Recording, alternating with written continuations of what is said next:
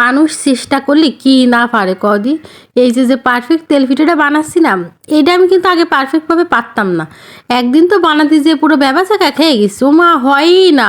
মানুষের দেখি, আমার মারে দেখি, আর আমার মা শাশুড়িয়া বুঝছো পিঠে বানানোর উস্তাদ।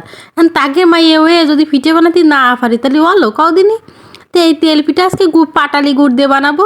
তো পাটালি গুড় দিয়ে কিরাম করে তেল পিঠা বানানো যায় পারফেক্টভাবে সেটাই তোমাকে সাথে শেয়ার করব। চলো পুরো রেসিপিটা তোমাকে সাথে দেখাই। আর এই পিঠাটা কিন্তু গুড় দিয়ে বেশি মজা লাগে। আর ঝোলা গুড় দিয়ে বানালে তো কোনো কথাই নাই, এই পাটালি দিয়ে বানানি একটু ঝামেলা। তার প্রথমে আছে এটা হাঁড়িতে হালকা করে কুসুম গরম পানি করে নেব, তার মধ্যে পাটালি ভেঙে ভেঙে দিয়ে দিছি। যখন হালকা এরম হাতে সহ্য হবে এরম পর্যায়ে নিয়ে নামাই নেব। নামাই নিয়ে এখানে একটু নুন দিয়ে দিলাম, আর সে গুড়ের মিষ্টি তো আসলে হয় না, হ্যাঁ গুড় হলো সব ভেজালে গুড়। তারপরে দিয়ে দিলাম খানিকটা চিনি মেরে। এবার আছে তোমাদের গুড়টা যদি ভালো থাকে না তাহলে আর চিনি দেওয়ার দরকার নেই, শুধু গুড় দিয়ে বানাবো। এবার সুন্দর করে গুড়গুলোরে হাত দিয়ে গলায় নেবো। এই কাজটা কিন্তু একদম গুড়ে একদম লিকুইড বানায় নিবা। নিয়ে আসে এই দেখো কি ফাইন করে একদম গুড়ের করা হয়ে গেছে। আমার পানিটা কিন্তু পুরো ঠান্ডা হয়ে গেছে। এবার এর মধ্যে দিয়ে দেবো হচ্ছে চালের গুঁড়ো।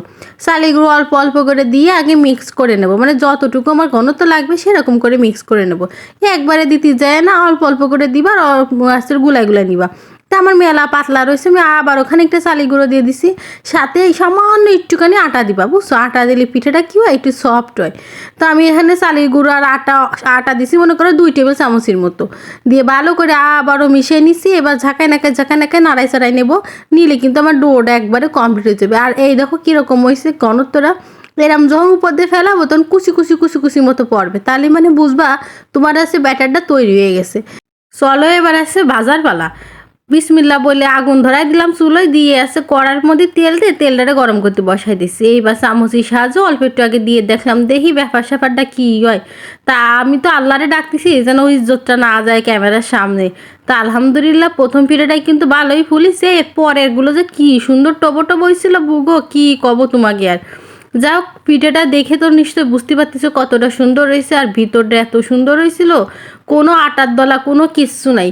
এরম করে প্রত্যেকটা পিঠে বানাতে একটু সময় লাগে না। যখন করো যদি পিঠে সুন্দরভাবে হয় না, এক ফোঁটাও সময় লাগে না, খালি গপা গপ দেবো আর উঠবো। আর এরম করে ফুলতে দেখলে যে কি ফাইন লাগে রে, কি সুন্দর লাগে রে, মনটার মধ্যে কি খুশি হয়। তাই পিঠেটা মনে করো আমিও তো পছন্দ করি না, তবে আমার ছাওয়ালটা যে কি পিঠের পাগল হয়েছে, কোয়ান্তে যে তো পিঠে খাওয়া শিখলো আল্লাহ মাবুদ জানে। তো যাই হোক এরম করে আমি সবগুলো তেল পিঠে বানিয়ে নিলাম। আর আমাকে এলাকায় কিন্তু এটা তেল পিঠে কয় না, কয় হলো ভাজা পিঠে। তোমরা কে কী নামে পিঠেটারে চেনো অবশ্যই কিন্তু কমেন্ট করে জানাবা। আর যদি নতুন রাঁধুনি হয়ে থাকে এরকম টিপস ফলো করে পিঠেটা বানাবে, একদম পারফেক্ট তোমাকে পিঠাগুলো হবে। তো আজকে আমি চলে গেলাম, নতুন রেসিপির সাথে আবার দেখাবে। ধন্যবাদ।